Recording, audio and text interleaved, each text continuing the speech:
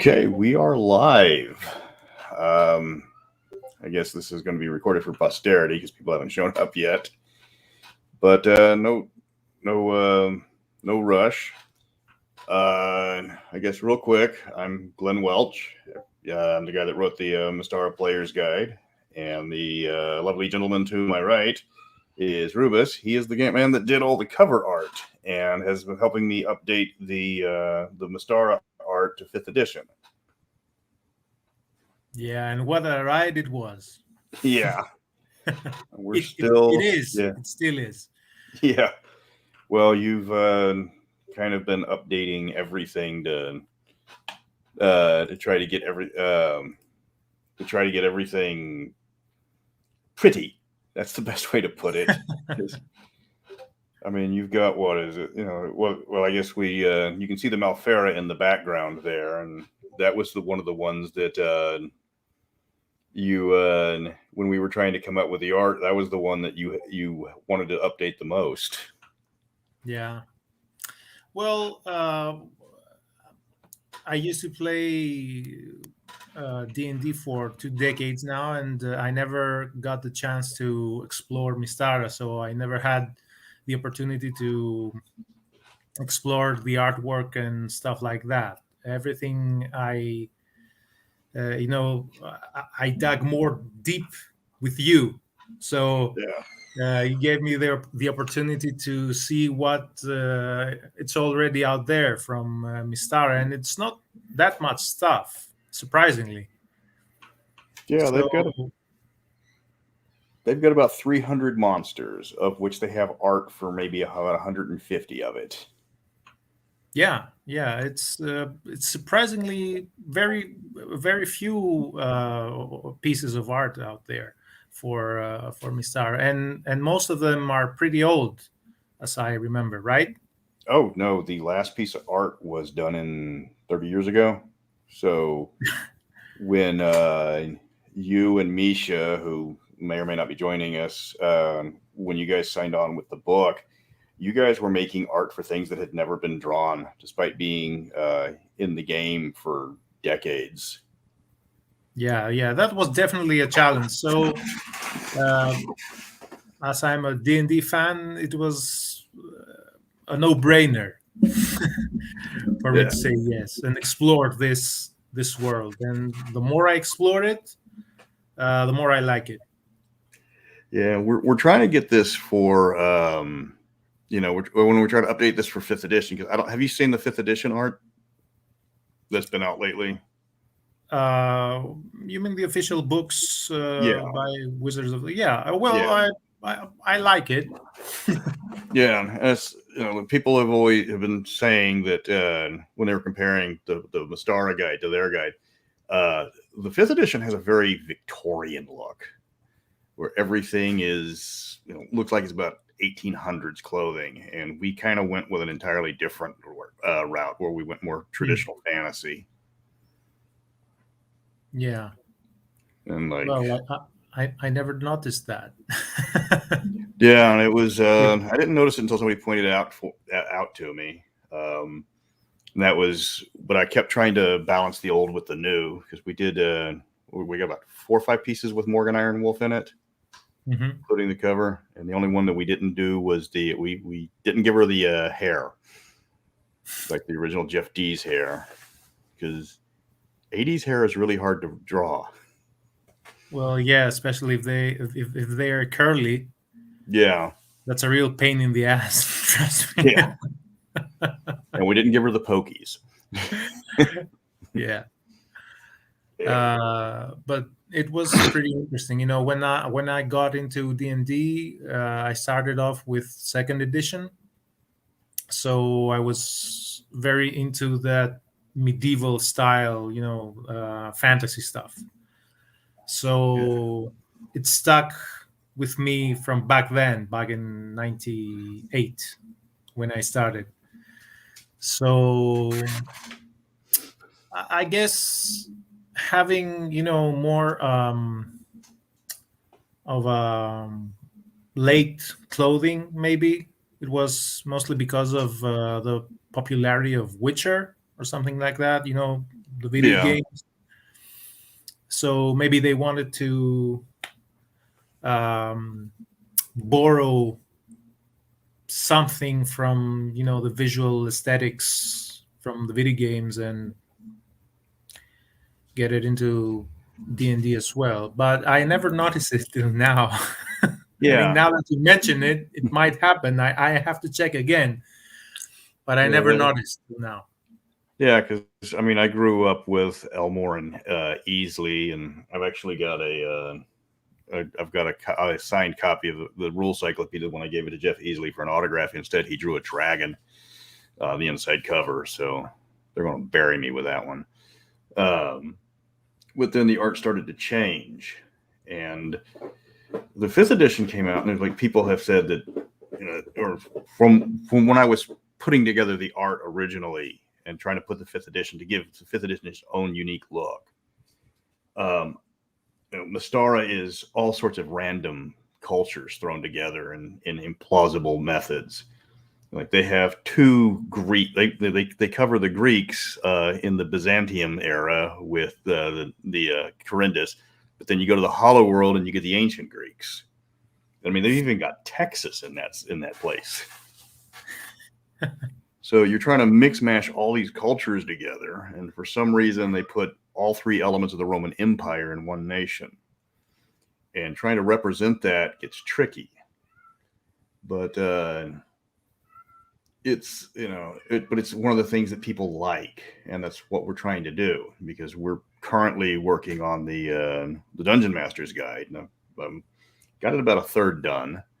And Rubus just gave me some art for it with the actually that's the avatar I'm using is one of the characters from the latest March of the Archfey, and we've still got a lot more to do. But art takes time, and so does writing. And then we get to go to the play test for the hard rules, and then that buys us both more time because everybody will be telling us what to change while we actually do work on other stuff.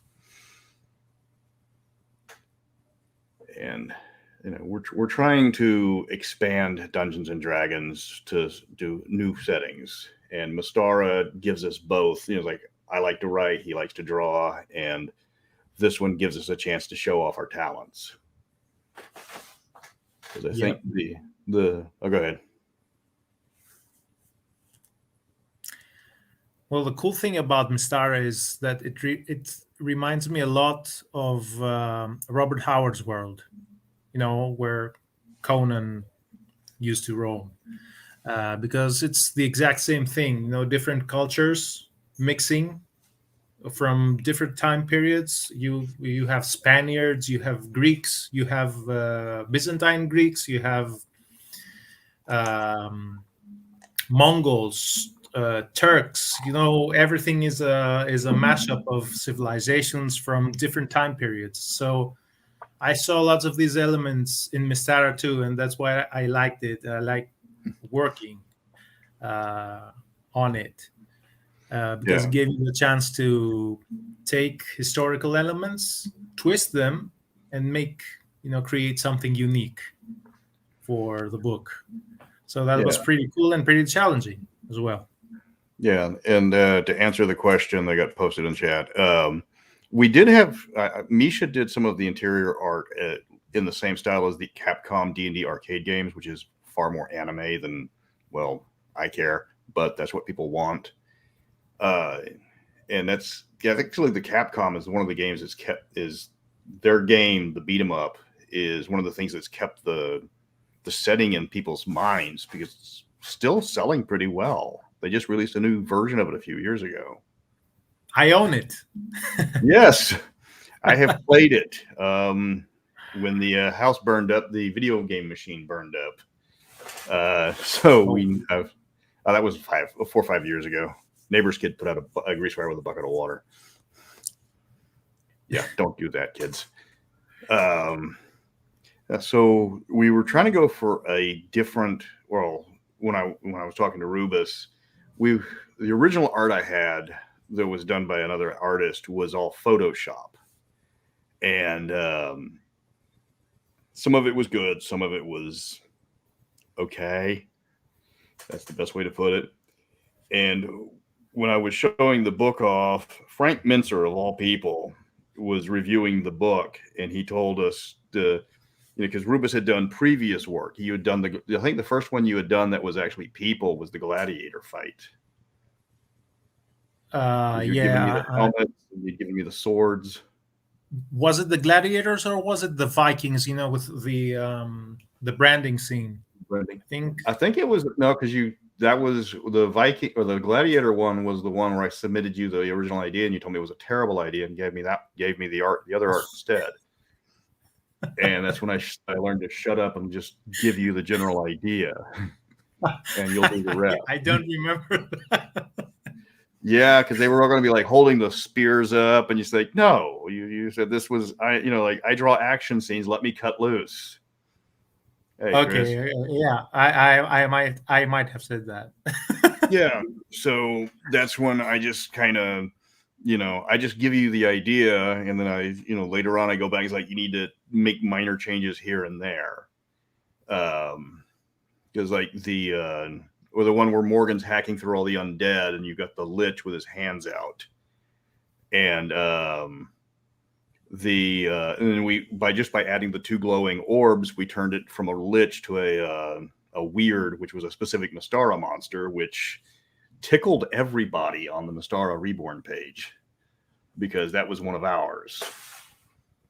But we kept it with the high action, which is something that 5th edition doesn't have. The 5th edition art is none of the characters or a lot of the art in 5th edition, the characters don't look like they're in danger, or they don't look like they're actually having a fight. And we had, the few action scenes we've got, it's about to throw down, or they're already in the middle of it, like the Gladiators.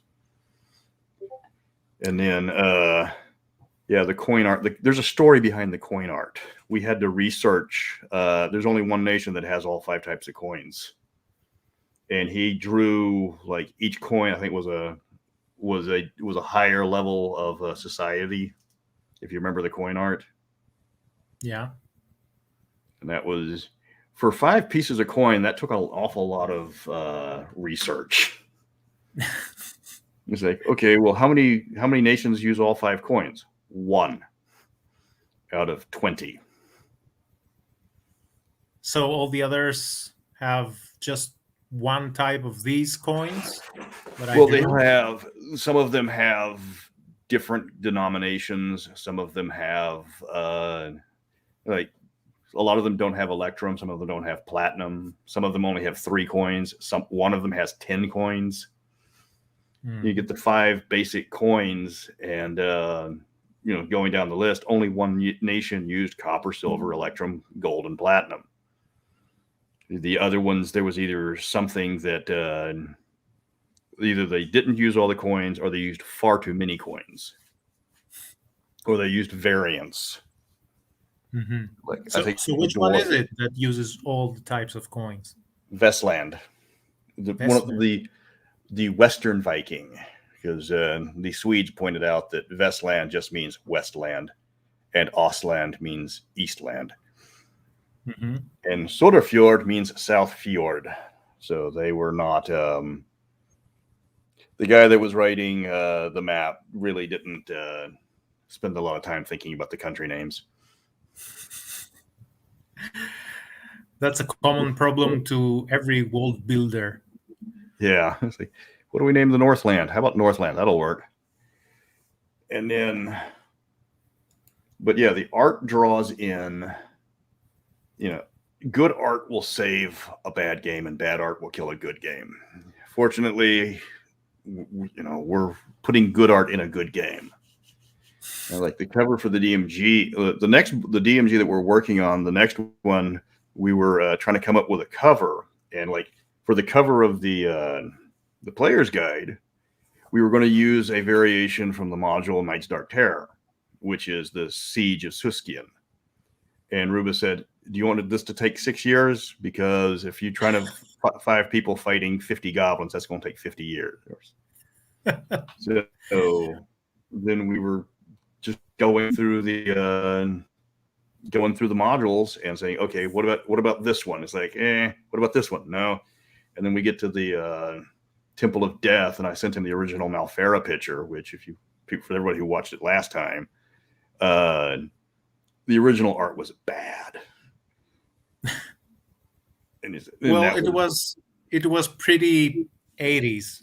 Yeah. And it was standing straight up.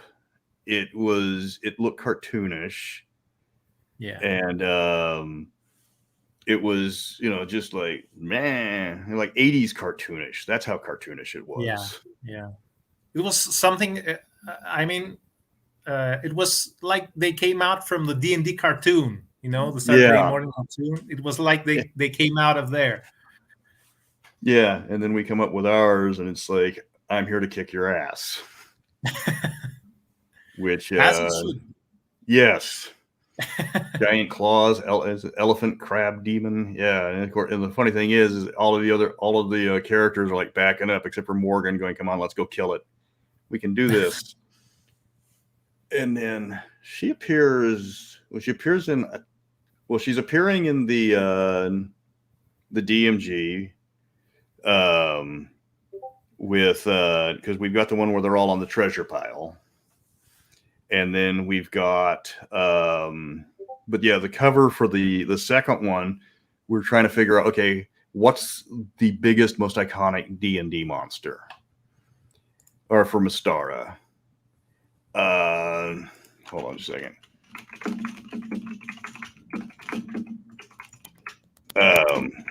And I'm throwing monsters at him, one after another. Oh, that bird flapping thing apparently is the echo of my typing for some reason. Go figure. It is. So we're going through there, and I'm like reading off all these monsters, and we go to the Drollam. And I'm like talking to Rubus, and it's like, okay, so we got this, we got the Drollam. He's like, what's the Drollam? It's like, well, it's like if Dr. Frankenstein made a dragon. And it's like, okay, but then we've got this one and this one and this one. He goes, stop. You had me at Frankenstein's dragon. Yeah. But I still haven't started this yet. Yeah, I know. Well, I know art takes time. Plus, you've been like everything's been going out on the what was the comic book you've been writing or the graphic novel? Yeah, well, the last year, due to the pandemic, I became a publisher as well. So it's triple the work. I'm not only writing or drawing anymore. I have to keep up with things in order to advertise my book and do lots of other stuff publishers do. So it's we don't know. We're trying to figure it out. Sorry, we're asking about there's a sound in the background that sounds like bird flapping wings, and we're trying to figure out what it is. Can you still hear it? I mean, my dog is not here anymore. I don't think it's your dog. It sounds like the echoes of somebody's somebody typing, and then there's echoes of it for some reason. I'm not really sure what it is, but it's gone now. So apparently, it's only when I type things in, apparently it's picking up an echo from somebody else. I think it's picking up an echo maybe from yours where you're hearing me do it. Well, maybe I don't know. Maybe, or there might be any spectral creatures from Mystara, haunting us. Yeah. Talk about me. I'm the ghost. And then no, because you've got the March of the Archfey, and you started the one with the you sent me the piece where where everybody's looting the dragon one. That's line art. And then the one where we had to redesign the Karakara, so you've got the Native American and the Maori fighting back to back against sea orcs. Yeah. Okay. Well, the March of the Archway is finished. Yes. It was finished today. So you might be able to change your avatar there with the newest version, the finished version. Yeah. Yeah, that's Gwynap Nuth. That's the avatar I was using, and we added some he's a Welsh legend, not a Welsh legend. He's an Arthurian legend. That's a better way to put it. And he's normally covered in ash using body paint or war paint. And I don't know why I used the unash version, because you sent me the previous one earlier. Well, not a big exactly. deal. But the new one is even better if you. Yeah. Did you see it? Did you manage? Yeah, I've already posted it. I even sent the producer here a copy, and here it comes. Ta-da! There you go. Yeah, and that was and I think about half of those characters are canon, and the other half we added in because they stole they stole half of those characters from Shakespeare, so we just gave them the other half too. And yeah, you can see where who we use for references for a lot of people, because that is very Sean Connery in the background. Oh yeah, it was so fun to draw this. So much fun. Yeah, and then I mean, you had a great. You gave me a great guide. I always try to work with actor references and stuff. So when I saw Green Knight, Sean Connery, it's just like I met the character when I was a kid. When I saw the movie. Terrible movie, by the way. But Sean Connery was Sean Connerish in that in that movie. So the character of Green Knight was, and when I saw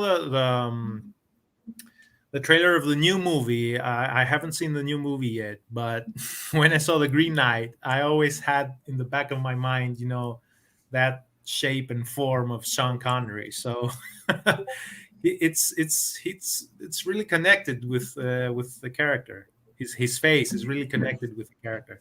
So I had a blast drawing him like this. And if you watch, I think even the axe is pretty close to that old movie axe when he used that great axe. To be honest, all I remember about the movie, and I saw it many, many times because it was always on television on Saturday, was like the over-the-top green makeup and the fact that he sparkled. Yeah, and he had all glitter all over him. Yes, even in his chest. Yeah. Well, he's got to get glitter everywhere, and that and all the sexual innuendo, which I was a young child, but even I remember, the night with all the sexual innuendo. But yeah, we've got. It was a real pity because his design was so far beyond from anything else in that movie.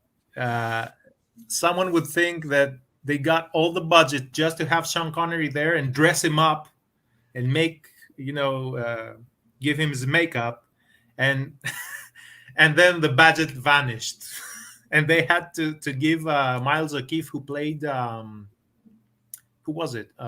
Gawain. Percival? Gawain. No, Gawain. Yeah, Gawain in the Green Knight. Yeah, exactly. Gawain. I don't remember. I was a kid. Yeah. And they had to give him a hair helmet. Yeah. It was really funny. But I really liked the design of the Green Knight back then. Yeah, and then if I remember correctly, well, of course, Oberon is based off of David Bowie. You even got his cod piece, right? From the documentary Labyrinth. And we based Titania off of, if I remember correctly, I sent you the picture of Vivian Leigh from, from there was a classic production of Midsummer's Night Dream from 1933. And she was just iconic. There's actually footage of it, but there's like only seconds remain of like a 2-hour play, which is sad. And then the other ones, we got Puck at the front because, Shakespeare. Krethilev, which is the one in red, and she's also from Arthurian lore, and she's a bitch and a half to spell, let me tell you. The Welsh love the letter D. The Welsh love the D. And then Gilly-Doo, which was funny because a lot of people didn't realize that he's the original. He's the guy that gave us the ghillie suit. They named it after him. And he's Scottish folklore. Then Ariel, stolen from Shakespeare, and Mob, stolen from Shakespeare. Because if you can't steal from Willie, who can you steal from? And, that's the one thing with keeping Mystara updated. It's like, it's a little bit old school, but we're also trying to keep it new school. So new ideas, new imaginings, fix the continuity. And, it's okay, and break from some of the traditions and show a little skin. Like Puck, because, he's Puck. Or that Krethilev is, I think she's the one that likes to make everybody fall in love with her to the point where they become obsessively jealous, then watch everybody fight to the death over her because it makes her laugh. Yeah, she's a bit of a bitch. And aren't they all of them a little? Yeah, she kind of stands out. Well, granted, like the whole story behind the Green Knight is, he gives a guy, one free swing, then demands another swing in return, knowing that the first swing's not going to kill him. So he's, that's a bit of a dick move. Yeah. And then we've got, but yeah, the whole point is we're trying to keep the setting fresh and keep the setting, modern, but at the same time, remember, it came from, it came from the early days. So the art's going to reflect that. But the art's what's going to keep it fresh. I've put the book out. We've had thousands of downloads, probably tens of thousands at this point. We were supposed to be getting it reviewed, but one reviewer got really, really sick and one reviewer got a job. Oh my God. Yeah, I kind of know how that works. It's like, hey, we're working on this. Yes, we're working on it, and I'll get to you when somebody's not paying me more. Not saying that they're taking money for the review, but we're getting old. We got to keep food on the table. As much as I'd like to have I'd like to see the other art come out soon. Rubus got paid a lot of money for his work on others' projects, so you kind of understand that. I should have this. I should have the DMG mostly written, but work. Yeah. And then, especially now, with all this pandemic craze, it's hard to go by. Yeah. If I didn't do the other stuff I do, I don't know what I would have been now. Yeah. And I still got to pay him for, he's been paid for the first 6 pieces, but for the rest of the book, I got to get some money to him. And that's, the player's guide, paid for itself several times over. So that's not a thing, but art's not cheap. Good art isn't cheap, and cheap art isn't good. And we're looking at filling in 320 pages full of art. And that's going to be a bit expensive, which is one of the reasons why I'm having to do a fundraiser to keep the art flowing. But that's the whole thing is this is going to expand. He's going to be, sought out by other people. So I'm glad I locked into him while he was getting, he was getting established in this market.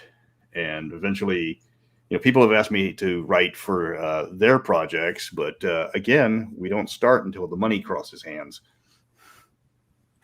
Yeah. Well, Never, if I didn't like it, I wouldn't do it.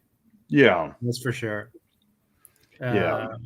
So I got, I always thought it was an interesting gig to get into, because I am a D&D fan. I am a player, but the more I dug into it with you, the more I love the project. So I want to do more.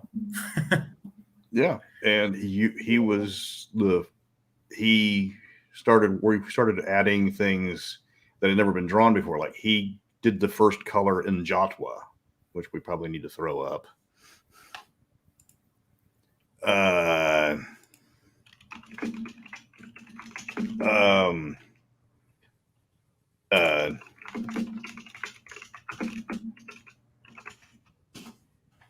let me see if I can find the stuff.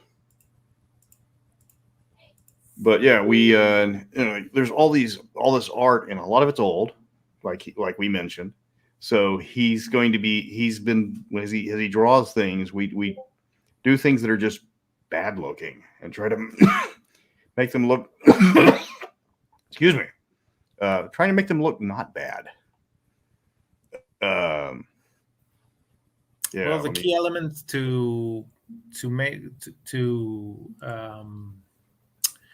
transfer it into 2021 book is, get a mix of classical elements with new and fresh ideas. If you do that, then I believe it's the key to success. The successful translation to modern audiences. So that's what I'm yeah, trying to do. I always get inspired from vintage art. I always search, to see what other artists before me did, and what can I do in order to twitch some things, change some things, and make it look more unique, more Mystaran. That's the goal. And since so much of it was, only done halfway,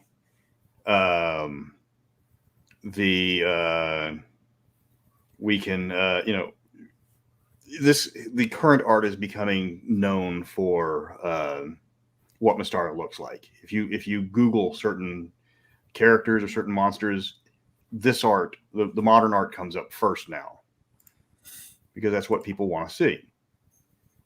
Well, that's an honor, and thank you, people, for for looking up to my art. Thank you.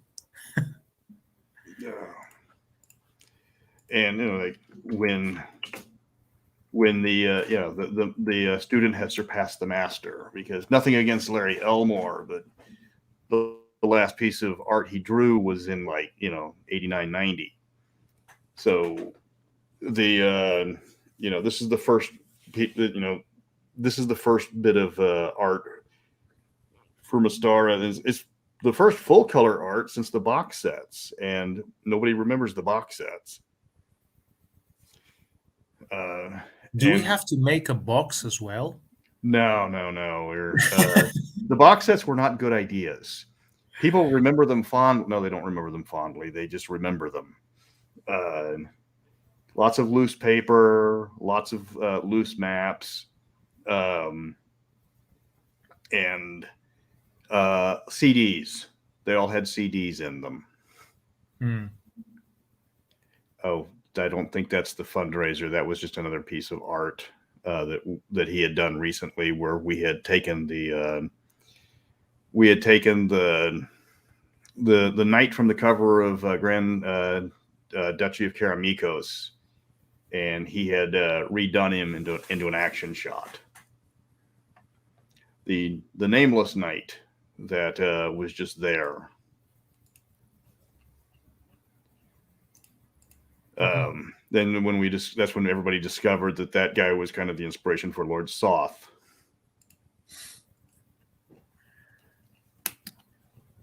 because Yes.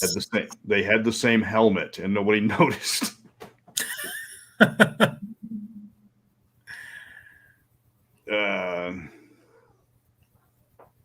Yeah, here we go. This is a work in progress. I didn't, oh.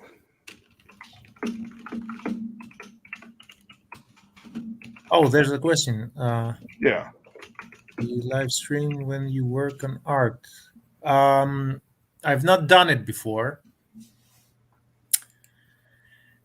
I don't know how. Mm. I don't know if my internet connection is going to handle it. Um, I'm a bit of a caveman when it comes to technology and stuff like that. Doesn't matter that I work digitally, but as far as the rest of the gadget thingy goes, I have no clue. And yeah, I'm a bit of a caveman. I might be the lost link between Neanderthal and Homo sapiens.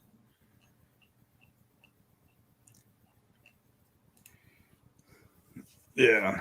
And yeah, there's the that knight's from the is an action pose from the knight from the cover of the first Gazetteer. And when we put him up, everybody's like, that helmet looks a lot like Strahd. And then we started looking at Strahd's helmet compared to this guy's helmet, and yeah, they just kind of used the same helmet for both. But I think it was the same artist, so can't steal from yourself. You can only recycle. Indeed. Do you think we need to change it? No, that's the whole point. Is like this is like rather than just a guy's head, this is him in action. This is him being knightly. Everybody's going to recognize the reference that is familiar with the setting. Everybody else is just going to like, oh, that looks nice. Lord Saul. Just because it was like PSR recycled a lot of art, so it makes a lot of sense that they just took the helmet off of this guy and put him on another guy and sent him out. Tell the truth, it's a pretty common helmet. Yeah, used widely in the Middle Ages. Yep, he seems to be standing something under an updraft. Yep, and that one was we were trying to get more of the more of the fairy, because there's very little art for them. Mm-hmm. And I think this is the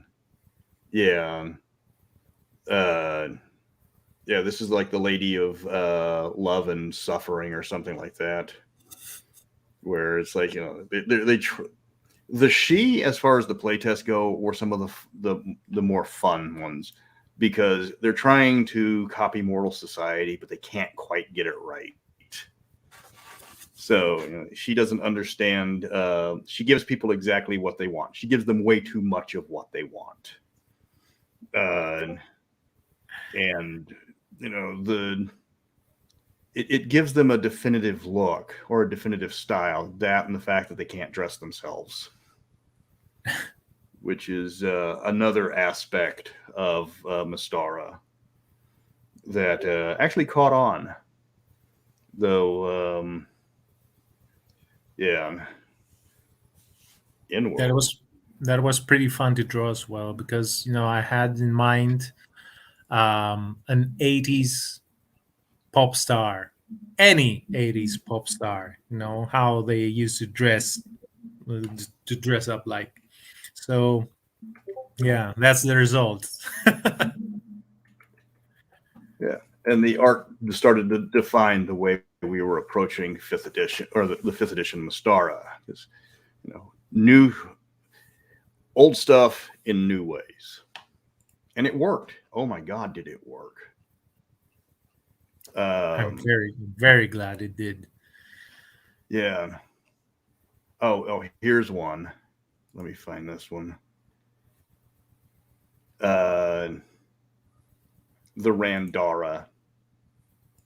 This one was the we did for the rule. This is some of the monster art that we'll try to do the monster manual eventually, but that's like 300 pieces of art. So that's going to be, I'm going to have to cut an especially large check for him for this one. It's 300 pieces of art, and everybody nowadays wants full color art. Even if we break it down, it's still going to be twice what the books normally call or use. Yeah, the Randara. This one was there was the only piece of art for it looked like a wolf, and it's a shape changer. It's a nigh unstoppable shape changer. You can't kill the son of a bitch. And this is what he did, where the whole, like the hair starts to morph into the wolf, into the creature. And this is some of the stuff that Mystara never gave proper art for, or at least the art doesn't show it. Where, like the original art, it's just a wolf with glowing eyes that looks like a wolf with glowing eyes. What do you get? That's nothing. But now we have the definitive, the sinister look and the, I'm not human. I'm just another shape changer. And oh God, that's this setting loves its shape changers. When we get to that part, it's not going to be fun because there's 6 of them. And it's like, and 3 of them are similar to mimics, and they have the mimic. That makes it worse. Oh, we got the polymorph and the Randar and the mimic. It's like, what's the difference? Well, how they levels of intelligence and what they like to impersonate. Well, we can work it out. Give them different looks. I mean, here I had all the it was a blank space. I could do whatever I wanted because, as you said, it was just a wolf with glowing eyes. So I could do anything I wanted, and here it is. I think it came out pretty cool. Yeah, and that's one of the reasons why you signed on, because so much of it is just blank space. It's like, okay, what's this look like? Or there's no official art for it. Or what's this look like? It looks awful. It's like I could do better with crayons, but you could do far better with your art. That's the only, and then that's the Njatwa. That one was fun. Here we go. The going for things that don't have a lot of representation. That was, hold on. What's this? Shokan Cortana. You get,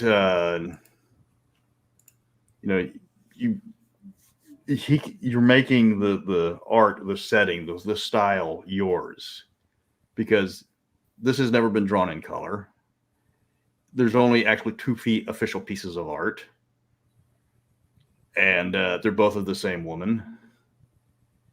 And this is in that you get the glass steel weapons, which is something that they also never drew. Which is a pain in the ass to write about. Weren't these weapons in any of the old books? I mean, didn't have any pictures of them. They were just the weapons that were come from the red steel. No, not at all. Oh, really? Yeah. There was not a lot of art in the red steel box set. That the TSR was in there. Hurry up and shove everything in a box and get it out the door phase. Art schmart. But then they did all the art for the creature cyclopedia for the red steel, and for whatever reason they drew everything with red ink. I understand the theme, but when you're having line art and it's all red, it's glaring.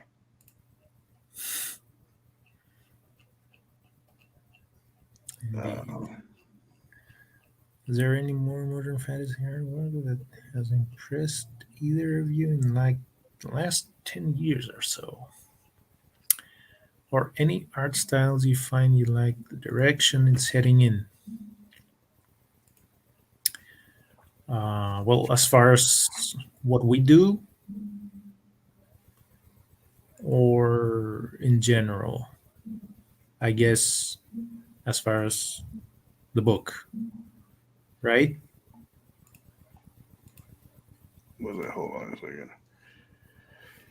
Modern art fantasy work that isn't from the. I mean, there's a lot of art. Good Lord, I've seen so many damn artists. I run a fantasy art page on Facebook, and there's like 50,000 of them. And yeah, some of them are really nice. God, I'm trying to remember who draws Locke the Onion Eater. It's a pugilist that is. This guy draws a comic about a pugilist that eats onions and beats people up, and his stuff's really nice. Though it's a really, I don't want to say fetish, but it's a really strange background for a fighter. Okay. Hey, Victor. Hello, Victor. Hail, Victor. Emperor of Rome. Yeah. And that was one thing we were trying to do with the book, at least when I was working with Mischa, because she did the character art. Because me and Mischa go way, way, way back. We tried to give everybody at least 2 pieces of interior art for the settings. And the interior art for DMG is mostly Rubus, though I am using location art that was paid for from Faith McLaughlin. I don't remember her new married name. But sadly, we didn't use it in the main book, and we're going to be using it in the DMG. And we're trying to showcase every nation. Okay. We're trying to showcase every nation so there's a different style. Everybody's got a different style or a different look. I just posted up. I just sent the producer another piece of line art, which was where we had to redraw the Karakara, because in the original appearance they were green Tongans, green pig-faced Tongans. That was what they were originally were, and everybody's like, "No, we can't have that." So yeah. Like this is again line art, but you can see that the Karakara, the bad guys, are definitely not pig-faced. Well, no, they're not Tongan or Samoan, but we were trying to work on like predator mandibles. Mm-hmm. And the guy in the front is actually from the Etrugan source book that I rewrote with the help of Marco Ortiz. And the lady in the back, the naked lady who's conveniently covered up, is from the main book or from the player's guide, because, well, people like nipples and blood. And there's no nipples here, but like we also wanted to show that it's okay to have skin literally in the game.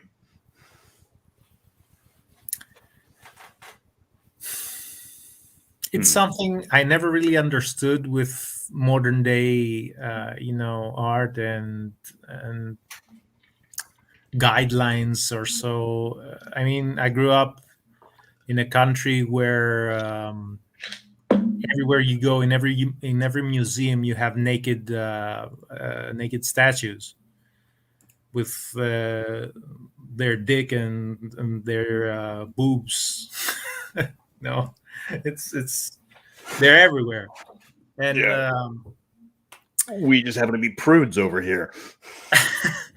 I don't know. Well, getting into the industry, it was when I started working, with people abroad, was something I was very surprised to see.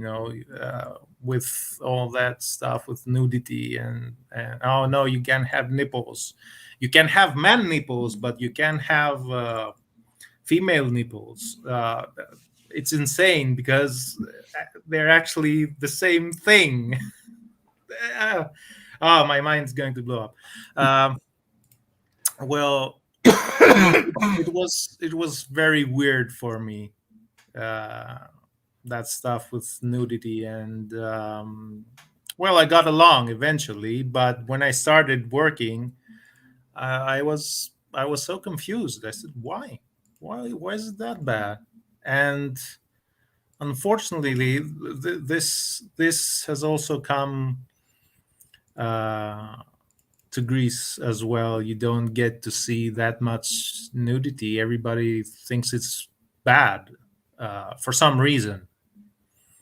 I mean, you see lots of other bad stuff, violent stuff out there. I don't know, and I don't mean nudity, in a sexual way. It's just nudity. I never really figured out why is it so bad to show a nipple, a nipple of all things. When we were, I think there's 4 pieces of nudity in this book, and 2 of them you have to squint. Yeah, one was the succubus, right? Yeah, which actually the boobs were covered up by the chapter banner, anyways. Just not intentionally, but we put the chapter banner at the same spot on every page, and it just happened to cover it up like it looked intentional. Mischa did the Toa Makai naked, and then you had one of the gladiators was topless, but there was like 4 pixels of nipple. And the celebration where the mage is pulling off her shirt because she's celebrating at a party, and again 4 pixels of nipple. And damned if people didn't zoom in on all 4 of those pixels and send it to me saying, "Do you seriously? You're going to show this?" It's like, you're the kind of person that plays records backwards, listening for dirty words, aren't you? And, oh God. But when I posted up I mean, I will always use art. I will never not turn down art. If I get art for something, I will recycle it later if I don't use it in the original. And so I posted up the art with the nipples, and I posted up the art without the nipples. And people could download whatever they wanted to when the book went live. And it was 10-1 in favor of nipples. So the people that are telling us not to do the nipples and the people that are actually buying the book appear to be 2 different people. Yeah. The freelance art critics, as we call them. Nudity is considered bad because of the wee ones. Well, kids do have nipples. Yes, I've yet to meet a child without a nipple. And I told you I grew up, when I was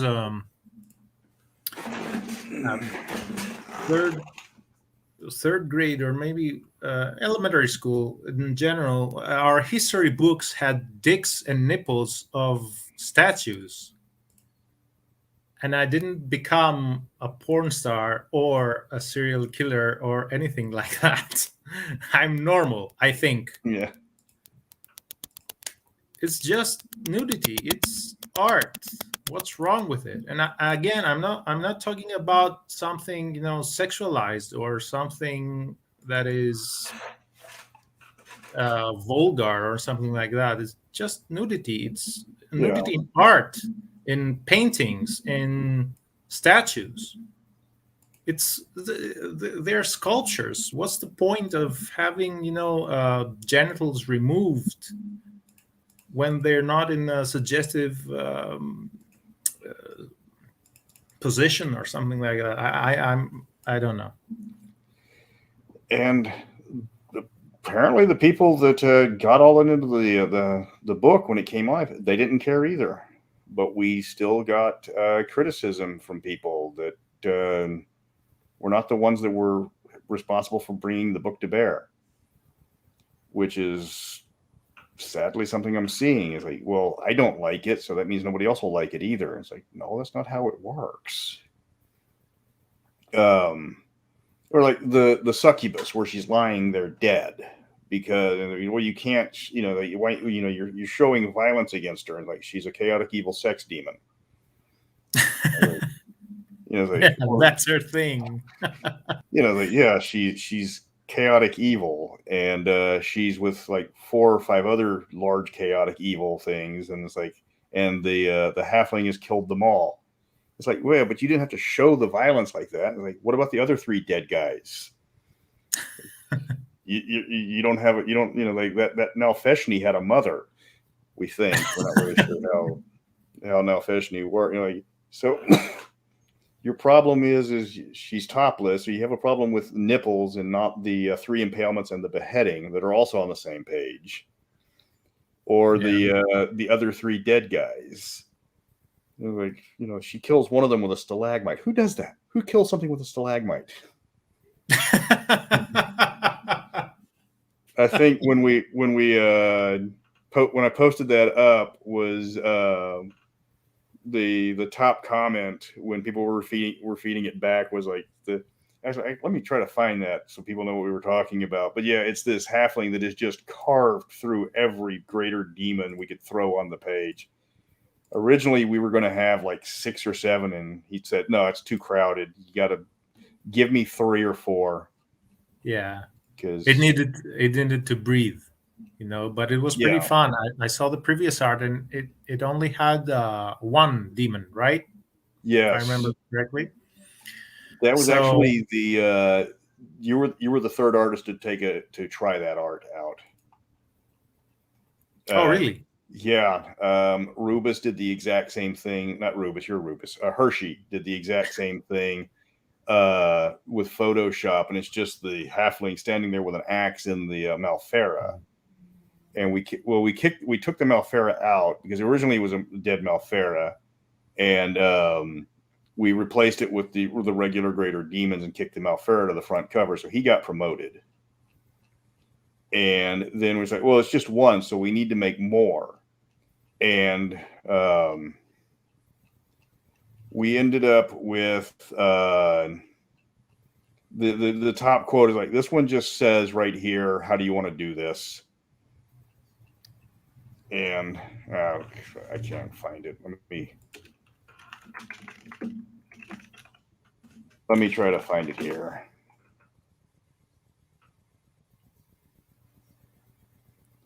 And like when you're writing a game, always listen to the artists because they know what looks good. That's what their job is.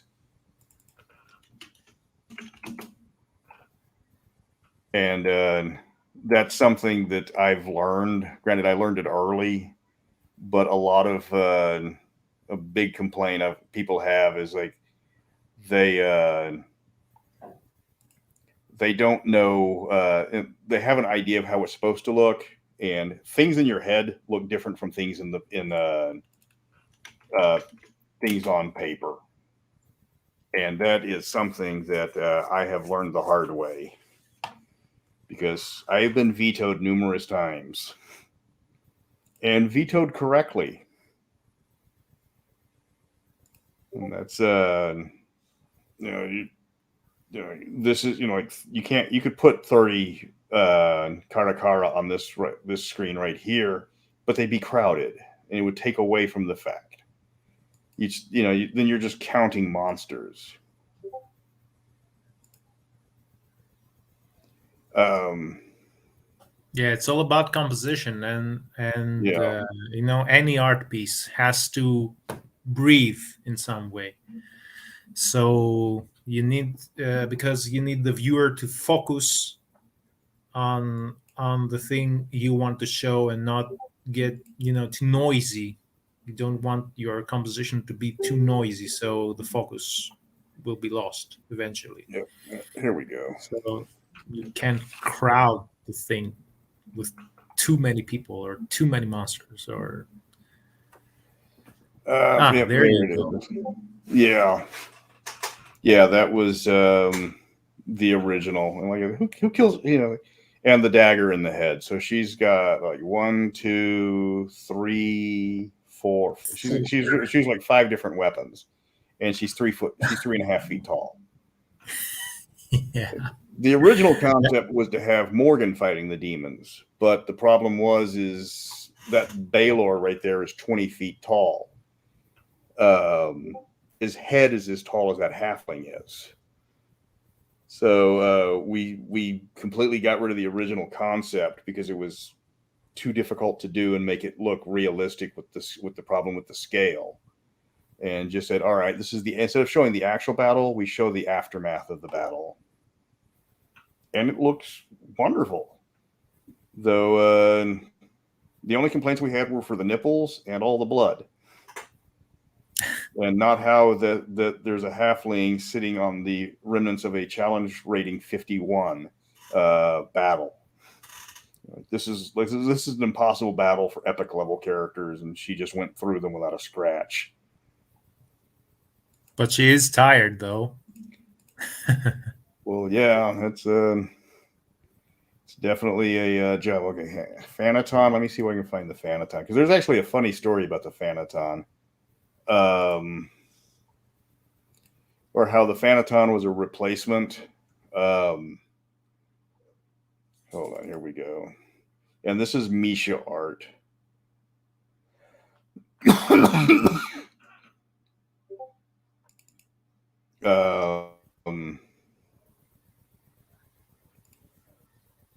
Yeah, we originally, one of the subclasses was going to be the privateer, and it was all about fighting on ships and stuff like that. And then we realized that 5th edition doesn't have ships, not for a while. And so we actually had to drop it because there was no rules for this class to take advantage of. And then we replaced it with the Gallant, which is what if a fighter had a high charisma? I know that's blasphemy. But we added the Thanaton. Yep, there's the Thanaton there. Not really sure how he puts his shirt on, considering that's Patagia. But hey, don't sweat it too bad. Everybody loved these guys. Yeah, Mystara has a lot of furry art. It had Rakasta, Lupin, Thanaton. What else do they have? They have Beavermen, Goatmen, several types of lizard men. It's like, okay, we didn't. I think the art we did, there's very few non-humans, but Mischa was trying to keep with the original Capcom art, so it was very anime-ish. And then when we got rid of the privateer and we got rid of the turtle because they released the turtle for 5th edition, and everybody's no, your turtle was better, bring it back. So we had a piece of art where it was like all the major races, and we're like, okay, shit, we got to add the Thanaton. Like, well, we'll just have them flying above. And this is actually proved to be one of the most popular character class or character races. And he's a cute little guy. And look at him, you just want to pat him on the head. Though he'll probably get you.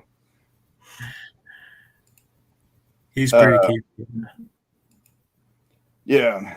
And it was the art, it's all the art style. Rubus is matching the art style. Mystara is all over the place in art. So Rubus handles the high adventure and stuff like that.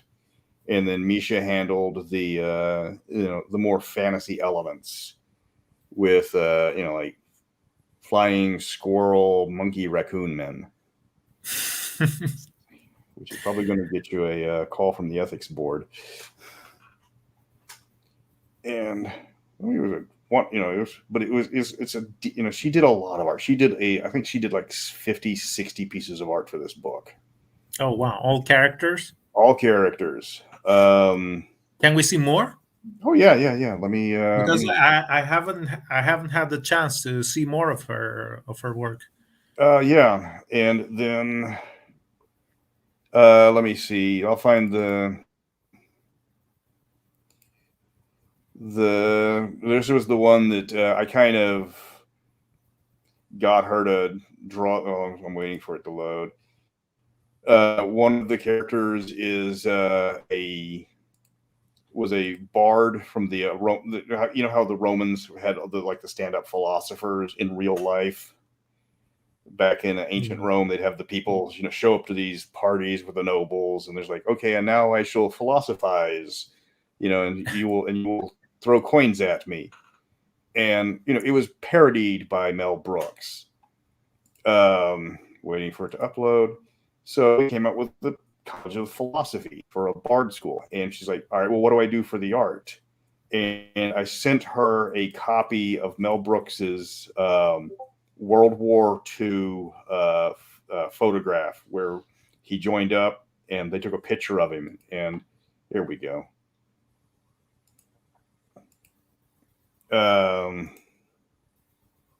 Copy image address. All right, I'm just throwing these out. So it didn't really work too well trying to draw somebody specific in her style. But yeah, the art is Mel Brooks at the age of about 20. She turned him into a blonde, so it wasn't obvious. Yes, Comicus. Okay. Let me see.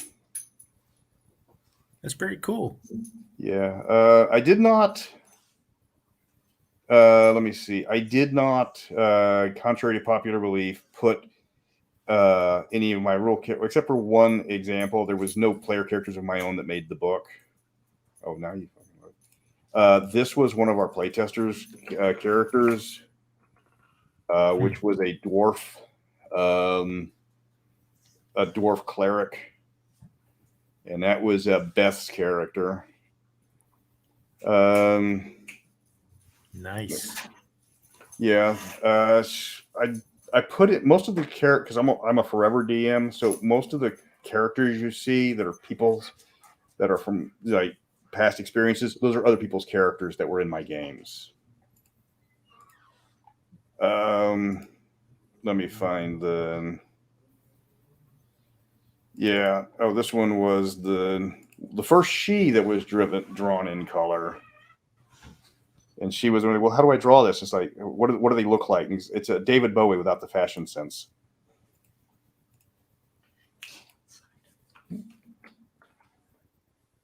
Magumba. What's Magumba? Yeah, we could always do a werewolf fighting a lupin. Yep, that was the first she, where everything was off. Like the eyes are too big. Those are intentional. The eyes are too big. This one was funny because people were complaining that that's not a realistic pose. And we had a guy, I forgot who he was, but like 300-pound linebacker looking guy gets in that exact same pose and posts it. It's like, well, you can't. She's got her hand like this, and then she's got her legs like that, and she's swaying to one side. And he's like, dude, it's not that hard. And then the she became one of the most popular of all of the races because they were incredibly powerful, but they were also fragile because they take double damage from iron weapons.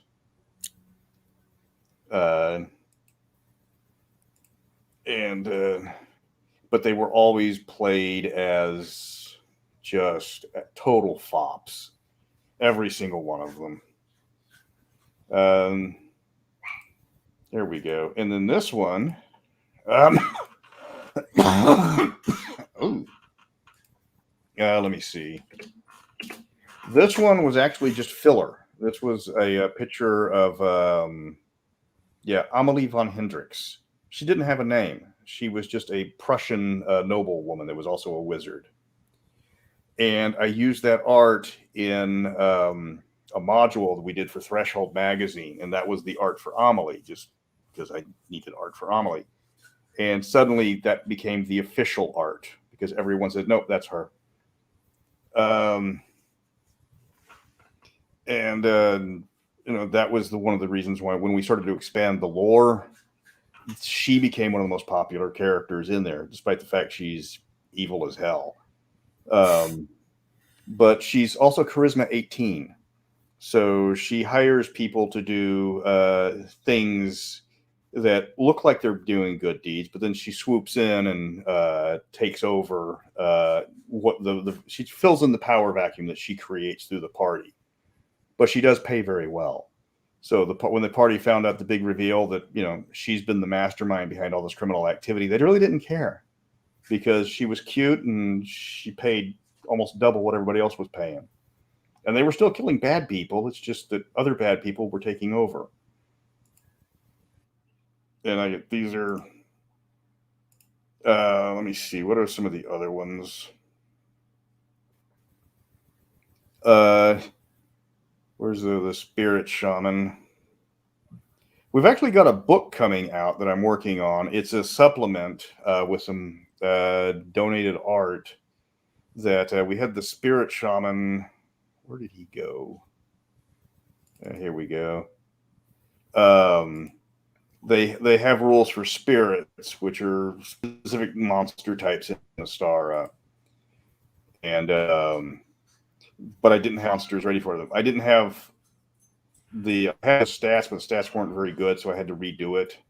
And then so she had the rights to some art, so she drew that art. And then somebody goes, well, just because she has the rights to the art doesn't mean that you've got the rights to the art. So you can't use her art.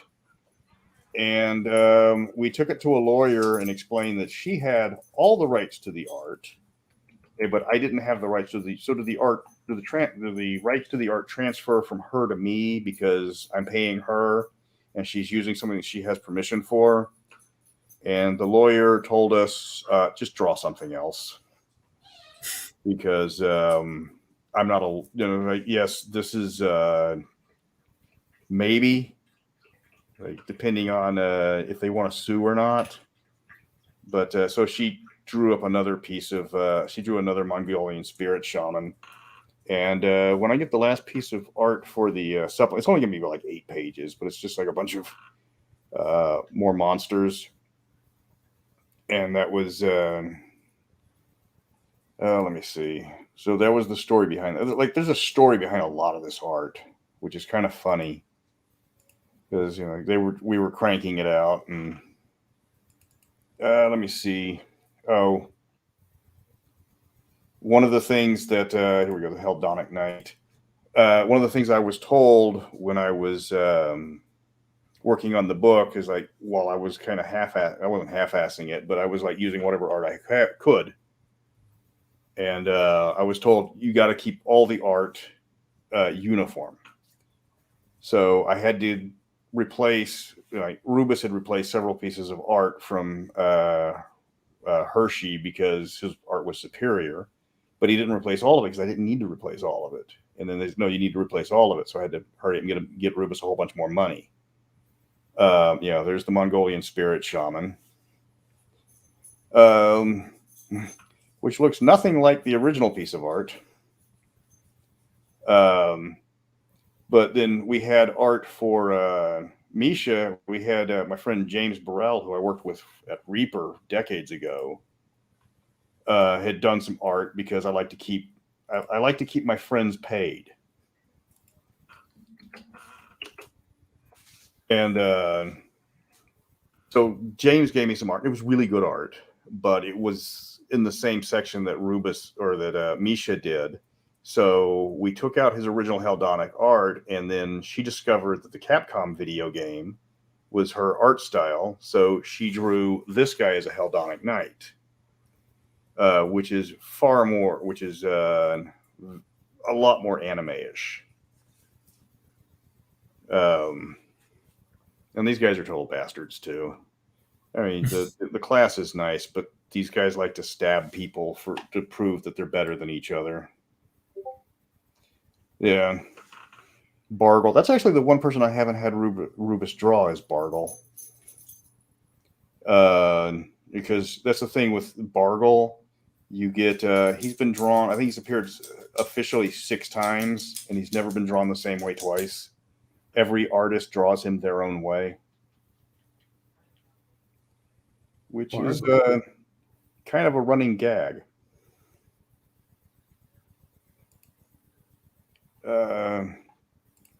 But yeah, that's the Mischa art, and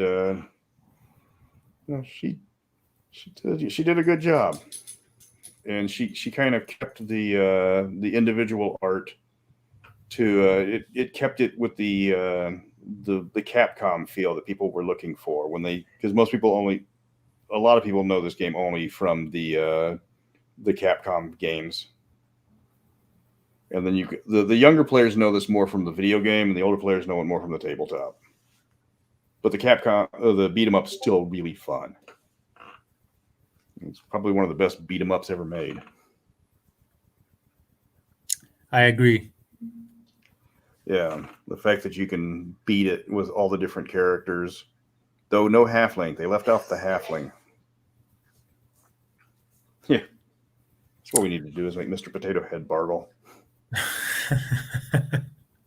I'm actually writing a book of spells for Bargle, which I've got to come up with, I think, 5 more, but it's all spells from a wizard. What if the wizard was an asshole? You've got one spell which steals prosthetic devices or takes people's wheelchairs away from them, but it only works on disabled people. Another one conjures a. Oh no, and that's the least bad spell that he has. He's got one that summons a puppy that's playful and he can control it, and he's like, the puppy wants to be picked up and held and petted, and then after about a minute the puppy explodes. What an asshole. Yeah. One spell causes somebody to temporarily grow 10% their normal size, which doesn't have any effect on them, but it ruins all their clothes. And if they're in armor, it's even worse. He can take over somebody's arm. Yeah, like alien hand, but the arm like starts slapping people or pouring potions out. It's like, like all of the or another one, the baby armor one. He randomly takes babies from nearby, and they like teleport around him like mirror image. So if you try to hit him, there's a chance you hit a baby instead.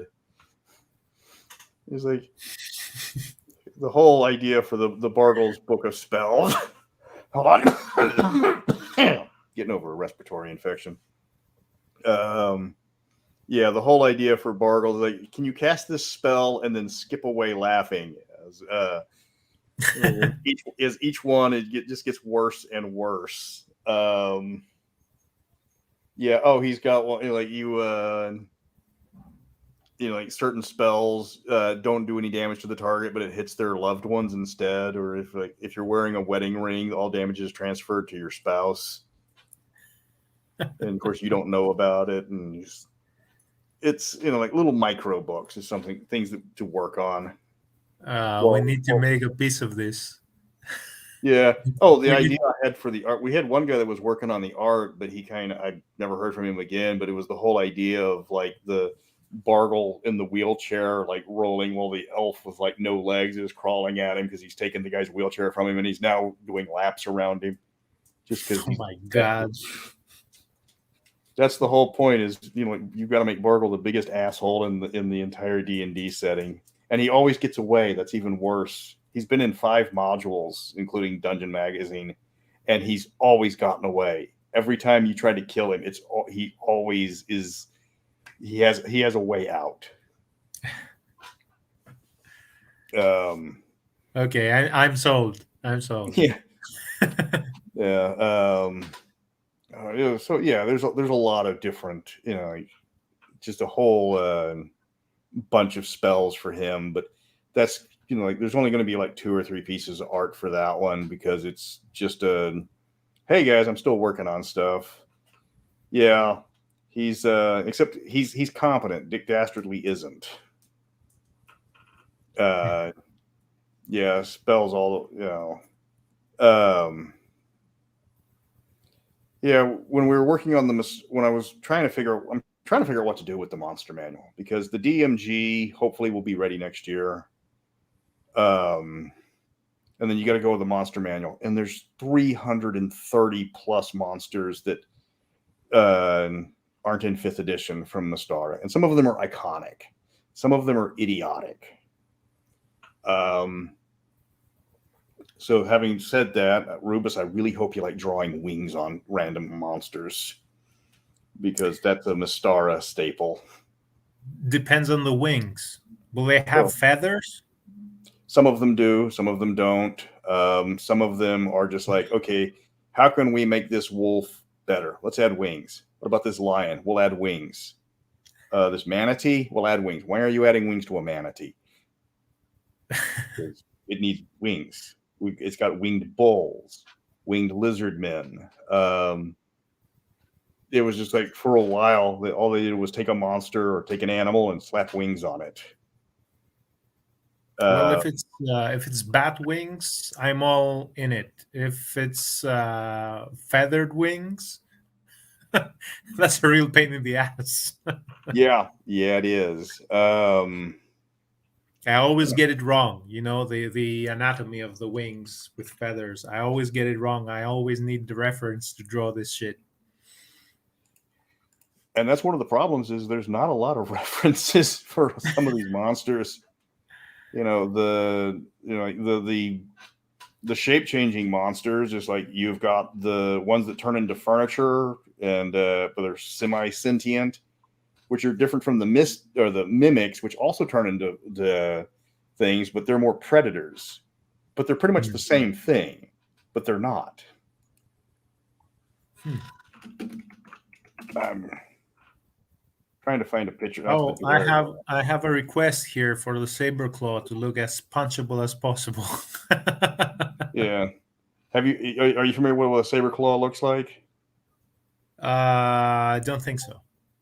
Let me put up a picture of one real quick. It's a neat monster, but the thing is, you have to draw 5 of them, because it's like it's 5 creatures that share the same brain, and you can't kill one until you reduce all of them to 0 hit points.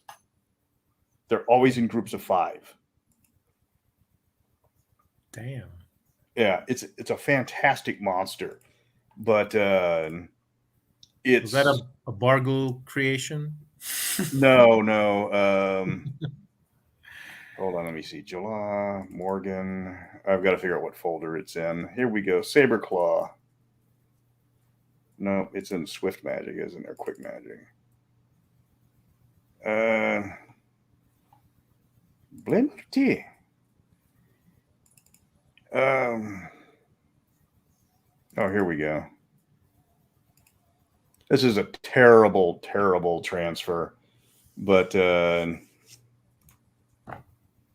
this was the official art for it.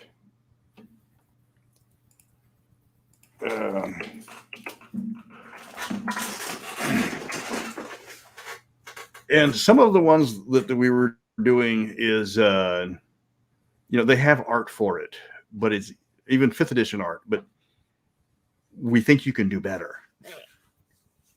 There we go. That's the Saber Claw. That's a terrible image. But yeah, it's got like a sword hand and a claw hand and bat wings, and they're always in groups of 5. Oh, and kind of like an orangutan face or something similar. All right. It's a fever dream monster. And they share hit points, so you have to hold one down and stab it to kill the others. We can definitely make it look pretty cool. Yeah. I already have some ideas. Con. Let's do it. Yeah.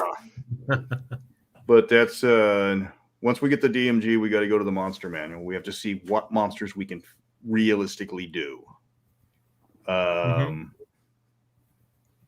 Yeah.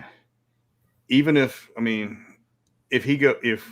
just throwing out, say, $50 even if he say he charges $50, and that's picking a number out of the hat,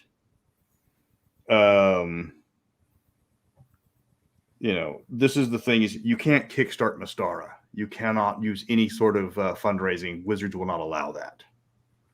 That's why everything for the player's guide came out of my pocket. Even if he charges $50, which is underpricing it dramatically, at 300 monsters, that's requiring me to pay him $15,000. Man. Yeah. Whoa. 300 monsters. Wow. Yes. Some of them are easy, some of them are hard. Some of them are just something simple like oversized animals. But that would be an entire project for him for a year. No, not that bad. So, yeah, they're kind of, well, they actually know that they have the flying tabby as well. So that's another that's a winged monkey. They do have the winged monkey. Again, they have lots of wings. So is Wizards of the Coast still does it still own Mystara, but they won't do anything with it? Right. They own Mystara, they own Birthright, they own Greyhawk, they own Dragonlance, they own Spelljammer, Planescape. They've only touched Eberron, Ravenloft, and the Forgotten Realms. They released one book for Greyhawk, but then didn't, unlike the Forgotten Realms one, when they released it, said, nope, you still can't use Greyhawk.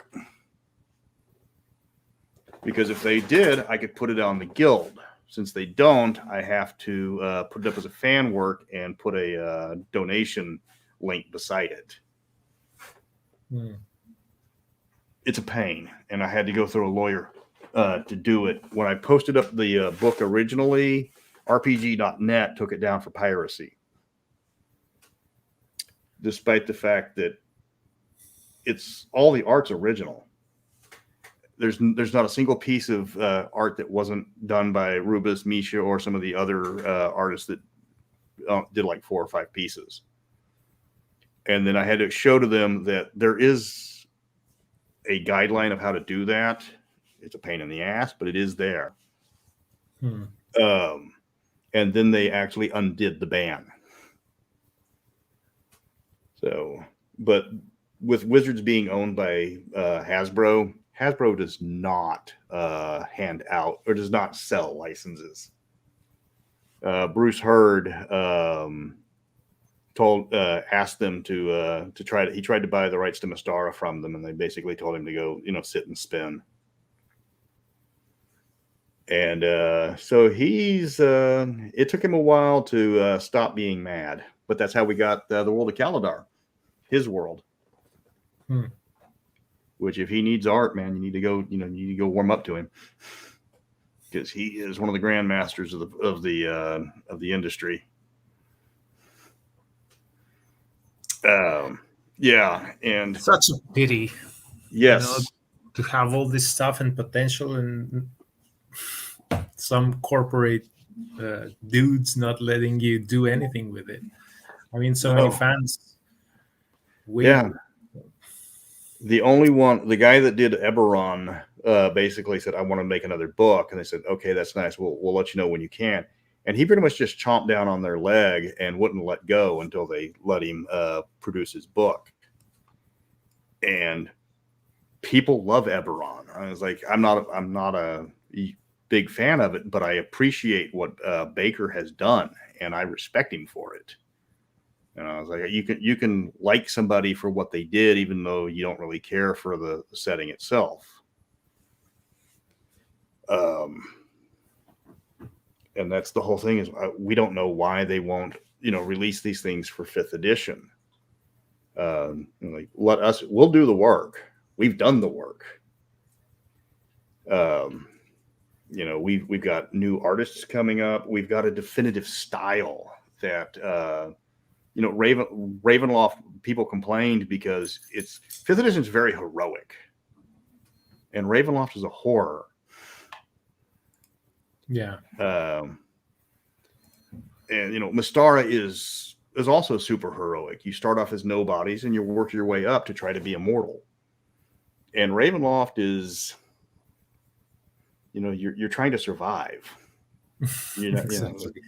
There's a piece of art from 5th edition that was people it was commonly complained about because it's a guy in a wheelchair and another guy, and they're fighting these animated dolls in a brightly well lit room. I've never seen that. Yeah, let me find it. It's pretty easy to find. And that was made for Ravenloft? Yes, it was. Yeah, here we go. And it's just like, okay, this doesn't look scary. It looks like two guys fighting dolls in a brightly well-lit room.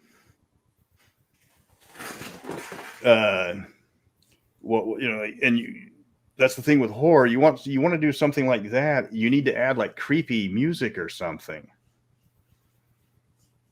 Or as I saw one guy reviewing the Italian movie Suspiria. He's like, how good music can make a horror movie? I'm about to piss myself watching a woman walk through a well-lit and heavily populated airport. And then it's like, there's not anything really scary looking at, in this art for a lot of people. It's just, the guy's like, okay, yep, there's a monster there. I'm going to shoot it in the face. Yep, yeah, you know what? It's a pretty good art piece, but it's if you showed it to me without context, I wouldn't say it's Ravenloft. I definitely wouldn't say it. No, the art's good. It's just it doesn't convey the setting that it's supposed to be in. Yeah, it's not horror. It's not horror.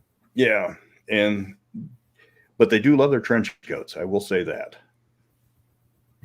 Not really sure about the yellow, but it's and that's the one thing that doing this Mystara book has taught me is art direction. Yeah, we need to make this more heroic. We need to make this look like the characters are being threatened. These guys look like they're annoyed. Yeah. Come on, man. We gotta hurry up and kill all these monsters because we're gonna miss the opening of Matlock. I mean, the piece we did with Morgan in the catacombs fighting the dark monsters and stuff was more Ravenloft than this. Yeah. Let me get that one up real quick. Ding ding ding ding ding ding ding ding ding ding ding ding ding ding ding. It's all about the atmosphere. Yes. Here we go. Maybe the artist wasn't, he had some good ideas, and then the art director made him change it. Could be. That's probably it, because from what I see here, he or she seems to know what he or she does. Yeah, it's a very good piece of art, and I think whatever was changed was a decision, an art director's decision, and not the artist's. Yeah.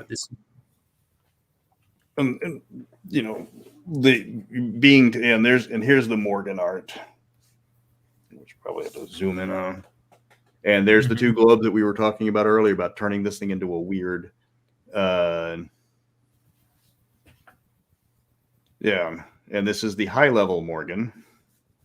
Yeah, with full plate armor. Yes, she can afford more than chain, and no pokies. And the hair still doesn't stick up.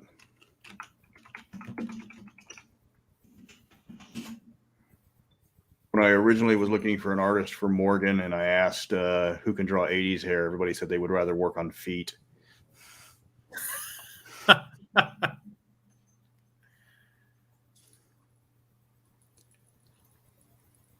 Yeah.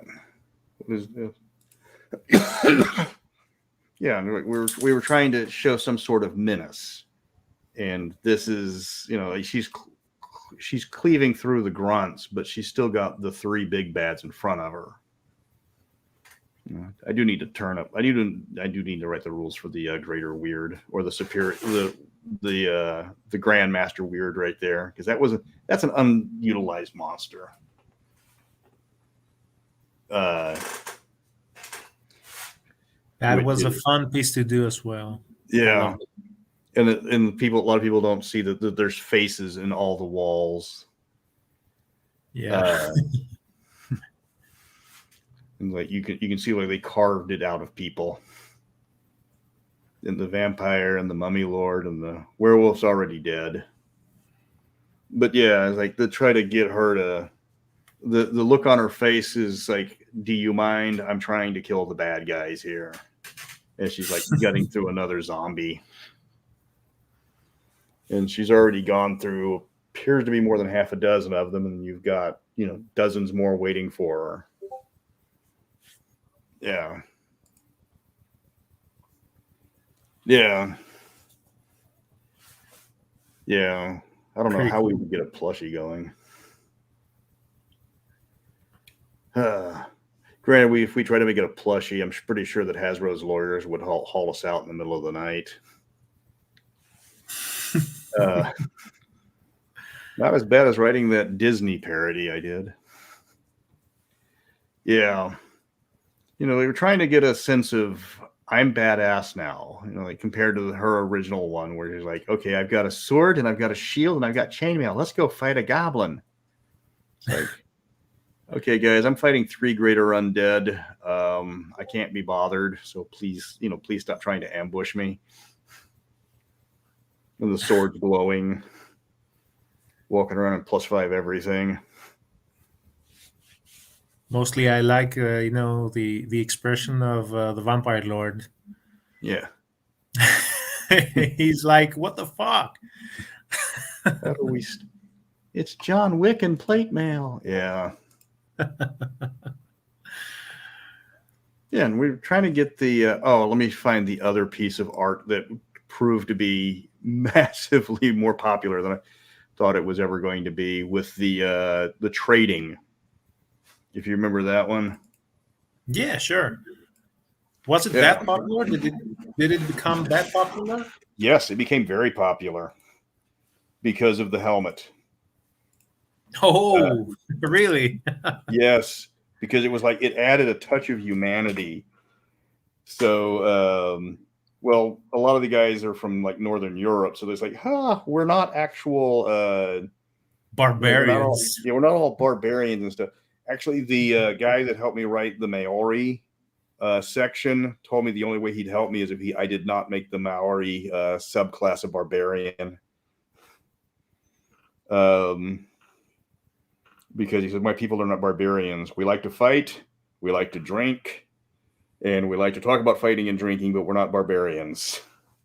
It's like when somebody said, he's like, you can't do the, it's like, you can't do the haka as a war cry. It's like, it's like, we use the haka for everything. It's just an excuse to, like to show off. Like, I've seen kids do a haka, trick-or-treating for Halloween. And it's like, okay. Yeah. And somebody suggested for the DMG, when we start getting the secondary art, to grow her up, the daughter, and put her in like where she's joined Vikings later and she's still wearing the same helmet. That's a cool idea. Yeah. I like but yeah, the throwing in the dinosaur and the Vestlanders trading with the guys from the Isle of Dread. It's like, yeah, they're it's showing a sign of, we get along, and I'm buying a dinosaur for Horoska in the background. You see, this is not an action scene, but I had a real fun time drawing it because it's something that we've not seen before. Yeah. I mean, okay, you have the element of a Viking riding a dinosaur, but you also have the element of 2 barbaric tribes trading with each other. and that was really challenging to do. I've never seen anything like this before in fantasy art, so it was really nice that you had this idea. Yeah, and that was the whole, like trying to come up. I'm trying to come up with different aspects of the setting that have never been physically shown. Mm-hmm. And Mystara has pages and pages of rules for trading and commerce. And in fact, it took up a fifth of the book, and it was all taken from the Gazetteer series. It's like, okay, so how do we show this? And it's like, all right, so we've got Vikings showing up with, like furs and cloth and steel weapons to what's basically Skull Island. And it's like, I want to buy, and the first thing they see is like, I want to buy a dinosaur. It's like, we're, two guys, so you've got the tribal elder and the Viking chief, and, like they're shaking hands and they're obviously friends. They're smiling. And the guy's giving the kid his helmet,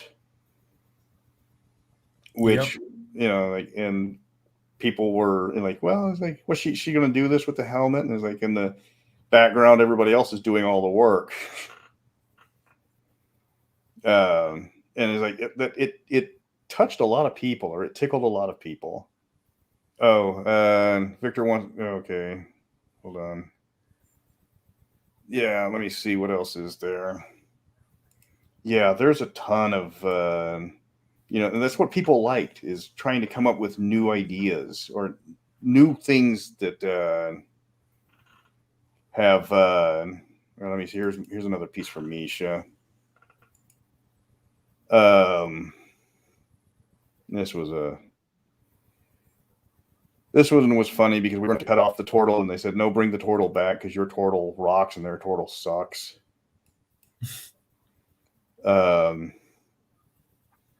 Then I have to spend so much time explaining to everyone exactly who everyone is. And that's, yeah. Somebody turned the Viking thing into a meme where it's like, shows this one and shows that art, and it's like, horse, we're only going to use this dinosaur for manual labor. It's like 10 ales later and he's riding it into battle. Yeah. Using the classic battle system art.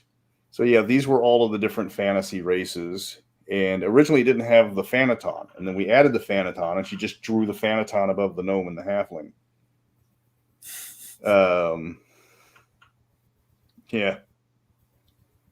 Yeah. I wish they could do a good Mystara novel. They released 10, and the less said, the better. So yeah, we made the turtle taller. Then you had the Lupin, who's in Victorian garb, and then you get the Rakasta, and then you get the She, and then you get the Belkadi's elf, which is Zorro elf. That's something we need to add, is a Zorro elf in some scene. Then a merchant dwarf, a gnomish biplane pilot, a halfling farmer, and then the Thanaton drawn over there, because she wanted to do this one in black and white because they had a similar piece of art in 3rd edition. So, and she was also showing off her character drawing skills and the fact that she's really good at furries. And let me see what else is. Yeah, I'm trying to find the art that was good to. Oh yeah, this one. I can't forget about her. The one that started it all, when I was trying to keep with the old school, gave us the term Brock Sampson naked. Here we go.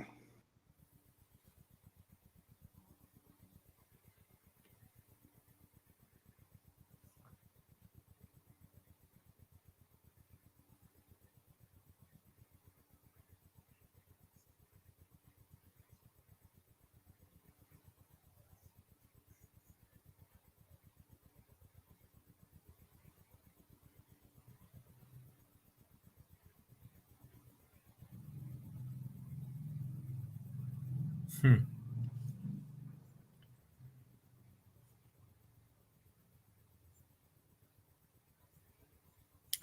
That was my reference for the new piece we had with the one you showed before. Yeah, sorry, I hit the wrong button and deleted myself. Actually, it's the same character. But yeah, this was the Brock Samson naked. She's not trying to be sexy. She's trying to eat your liver. And the thing is the only complaint we got from her, for most people, was the tattoos were wrong, which was hilarious because it was the Maori women only tattoo their chin. And then I showed this to Jack, who's the guy that helped me with all the Maori stuff, and it's like, it's a fantasy game. Don't sweat it. Yeah, exactly. And, it's like, and then he out of the kindness of his heart translated all of the titles I had for the Maori subclass into the actual Maori language, which he was kind of rusty on, and because he doesn't normally speak it in Los Angeles. And it's like, the joke was, it's like, Jack, none of these words mean penis, right? And he looks at me, he's like, probably not.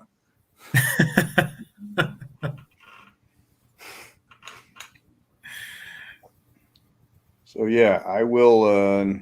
I use a lot of people, and I use a lot of different people for cultural reference, but it's also, people want to see their cultures as virile and nubile as possible,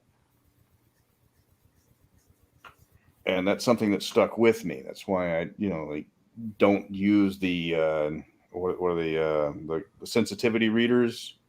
It's like, no, it's like, okay, Rubus, here's a piece of art, make him manly. Like, make this, make this guy awesome. I need to see this guy be more awesome than the last guy.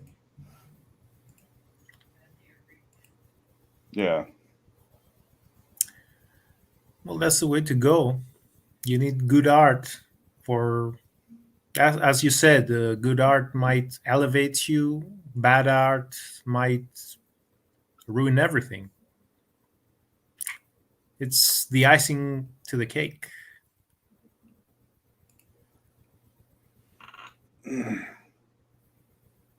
Yeah. Yep, here we go. Or like this one, where the original idea was, the focusing on the soon-to-be emperor coming in to avenge the previous dead emperor, and it's like, no, this needs more. It's like, like, make him, make him pissed off but muscular. And yeah, hold on. Let me see. And yeah, this is, this became from the original art with very little changes, with the gladiators in the background where he's leading an army into these people. And the only change we had was to add the spell wound on the dead emperor ahead of him. And this one was actually embraced fully by the Mystara Reborn crowd because they started trying to figure out who the gladiators were in the background. So they're just gladiators in the background. No. They have to be somebody specific. They're just gladiators in the background. That's why they're not, fully fleshed out. No, they can't be that. They has to have, like, you've hidden so much else into this. They've got to be someone. Who are you referencing?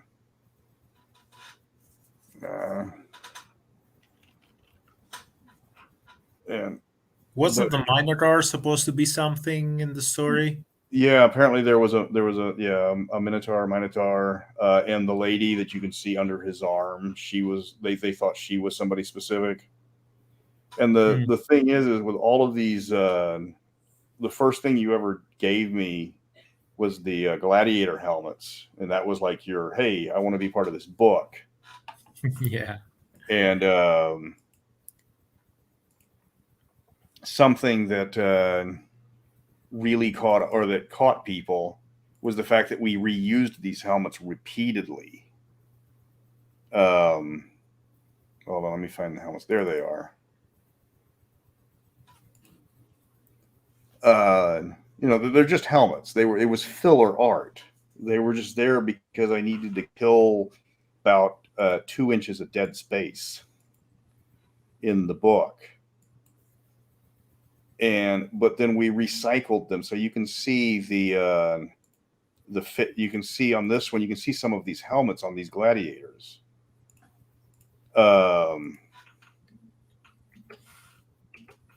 Oh, here we go. Just sent that in. Yeah, you can see that just over his arm. You can see the guy that's got like the helmet with the spike on it, and you've got the traditional. That would probably be a Murmillo or a Thracian helmet.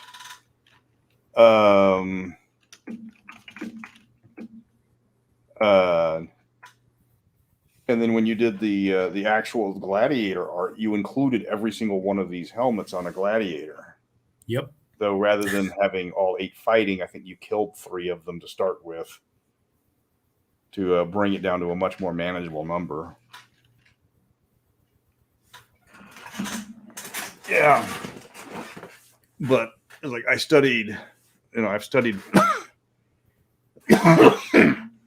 Roman history, and I'm familiar with gladiators. Hell, I've got a gladiator helmet. For the money I made from the player's handbook, I bought a gladiator sword. Had to have it custom made. So they always gave the gladiators similar helmets, so you knew exactly what style they were fighting with, and you could identify them. Mm-hmm. Since they couldn't exactly put numbers on them, so they said, "All right, well, you get the wizard helmet, and you get to fight with 2 clubs, and then you get the Spartan helmet, and you get a spear and a shield. Now go out there and fight."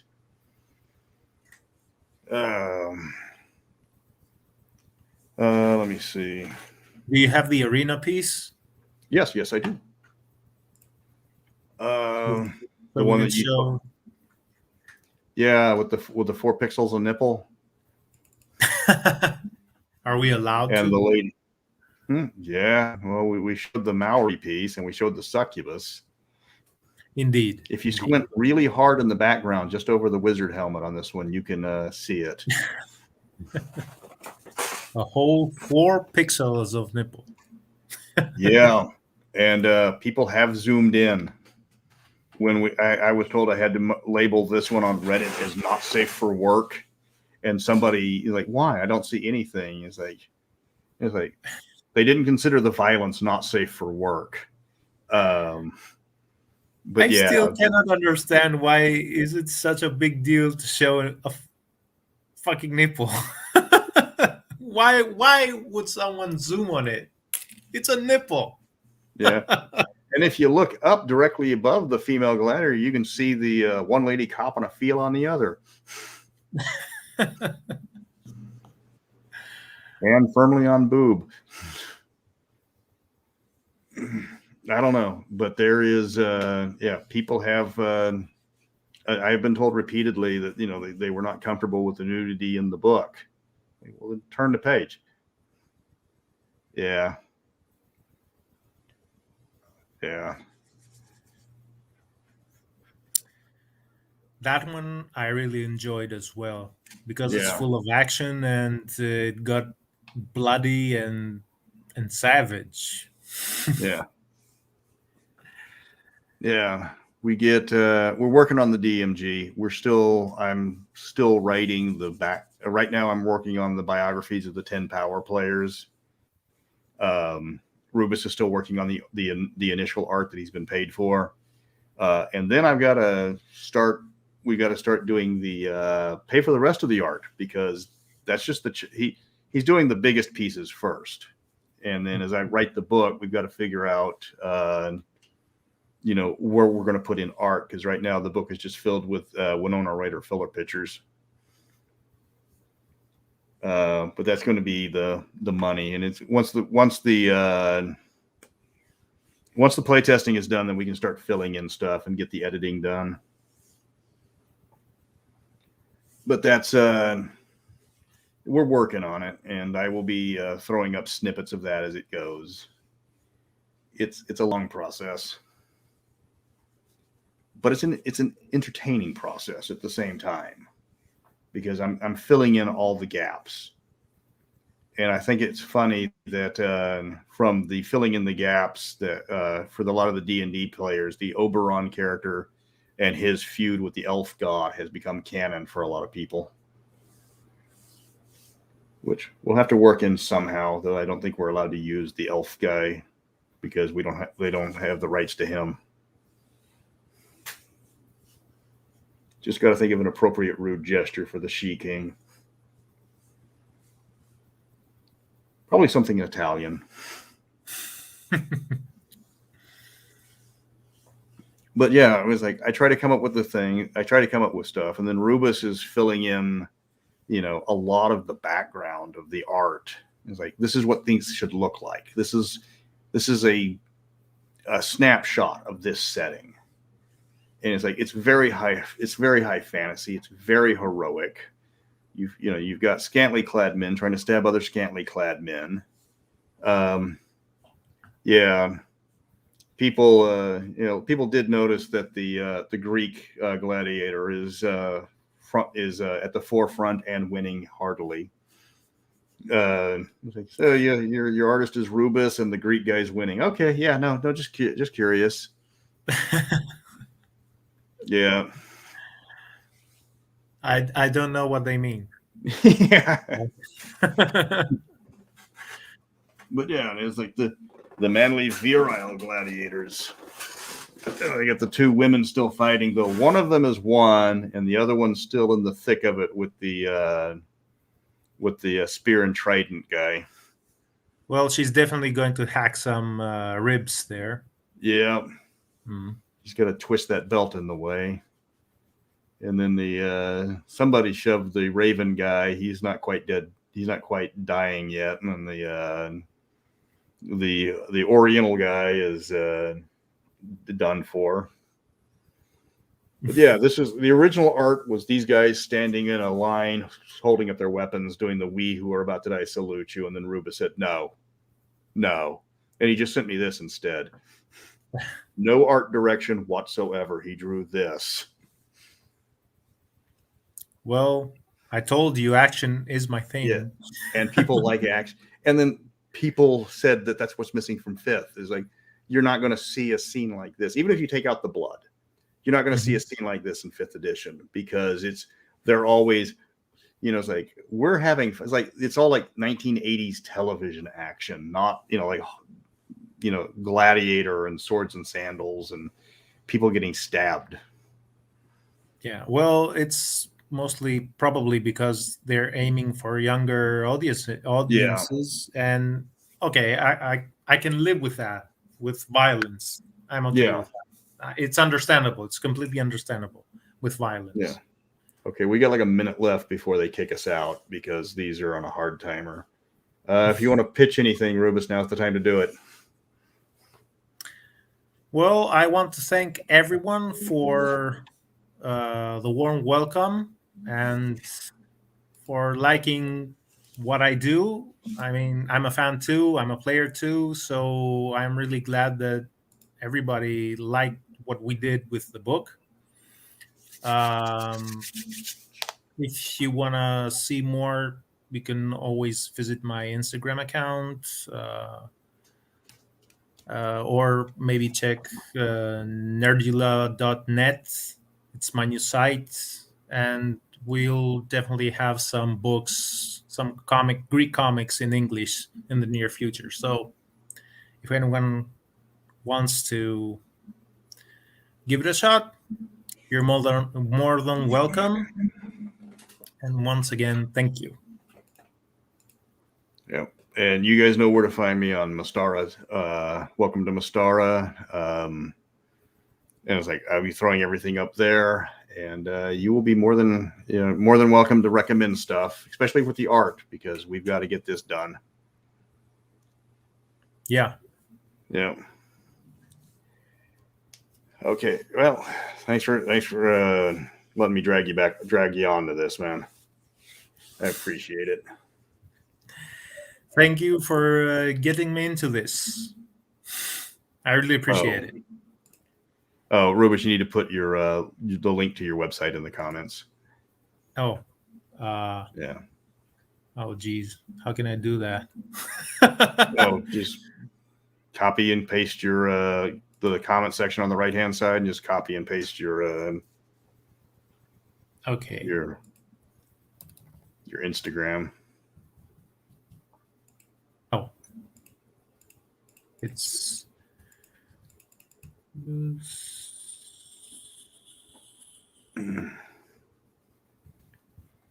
yeah, the old module revamps and twists. It's welding the everything together is the trick. That's my Instagram account.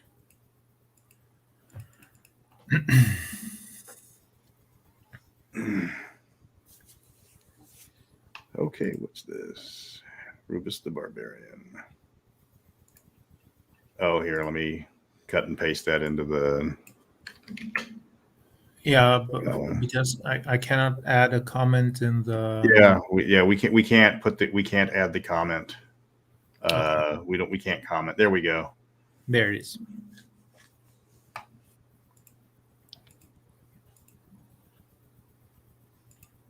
I mostly post there nowadays because, images, it's easier for me than Facebook or anywhere else. So you can find lots of cool stuff there. Mostly fantasy, but other stuff too. Yep. Anything he sends me for the DMG will go on. Well, I put it on blast with everything I've got, which is the website or the YouTube channel, but you'll also see it on the Mystara Reborn Facebook page. Because the more people like the art, and the more people that like the art, the more people that get interested.